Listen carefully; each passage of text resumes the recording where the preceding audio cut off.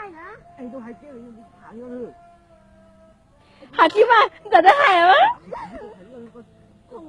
Là đau thôi. Đào cái chỉ mua nè, cái đào nè. Thảo đi ở thùng đi cháu hai à.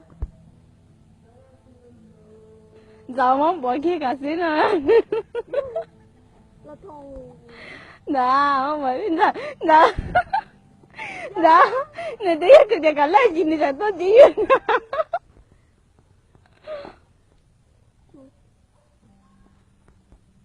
Thay cho nâng chỉ lời của họ đi. Chỉ lời là ai tôi cần đi.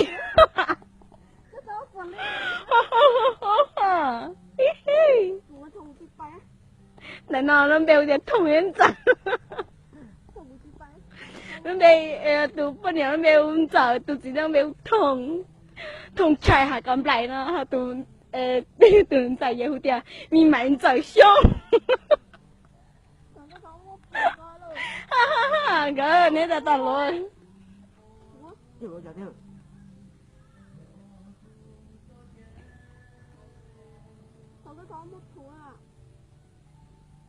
Gỡ cụ thay thằng mà mất thiệt không phải.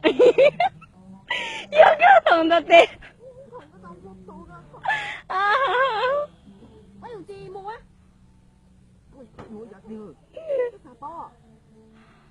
Nè, vì yêu bắt đầu thấy cái ô linh tớ rồi.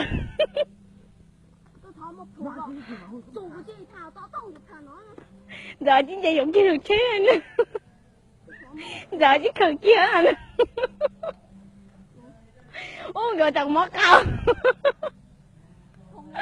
Cái con kia của mà. Ôi gì đó thì của mua miếng. Ôi chủ chị bố mồ nè. Có mua nào chẳng. Ôi chị của bố mồ á. Thùng trả thùng cưng chuyện lú liền mà. Cục bó rồi. Giờ có lú chờ mẹ hàng cái này cho nó muốn được. Không có bây giờ chơi không? Không có bây giờ chơi chứ hả? Sao khú? Thế cho chị Xuân tê đấy. Nè, đa.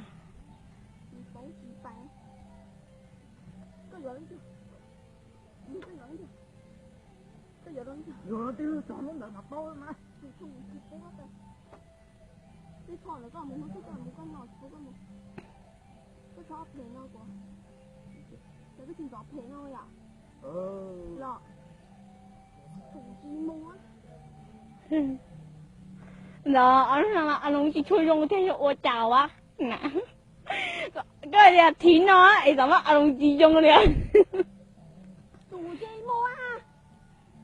Coi gọi trả ơi. Cái bò. Không phải phải tìm.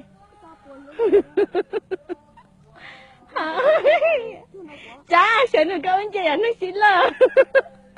Dạ sao mà lỡ là thằng tôi tự tại đó nha. Chả tại đó là thôi rồi, y lắm tới rồi. Tên như vậy rồi, là tay rồi rồi. Cho anh gái, tao bên là thì ấy. Chưa.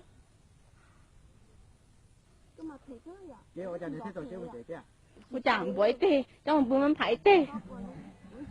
Chỉ có đâu này thì có giờ bay viang về, người ta đi cả trên nó anh bay. Trên nó bố cả. Ở đây thì đi cả bay trên chủ có một câu. Nè. Là đau. Cục bao này lỡ, cục bao lỡ ơi.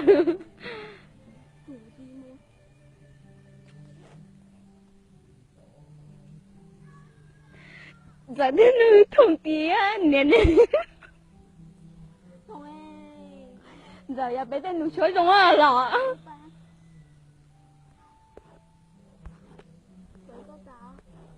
Chỗ đi nó là xứ ấu nó xứ chạy hình cái cố muốn trả rồi. Dạ chứ chẳng có. Nó ăn xuống chết nhá, bắt chân đến tao. Là sau đi nó xứ ít khu tới thùng trên chạy.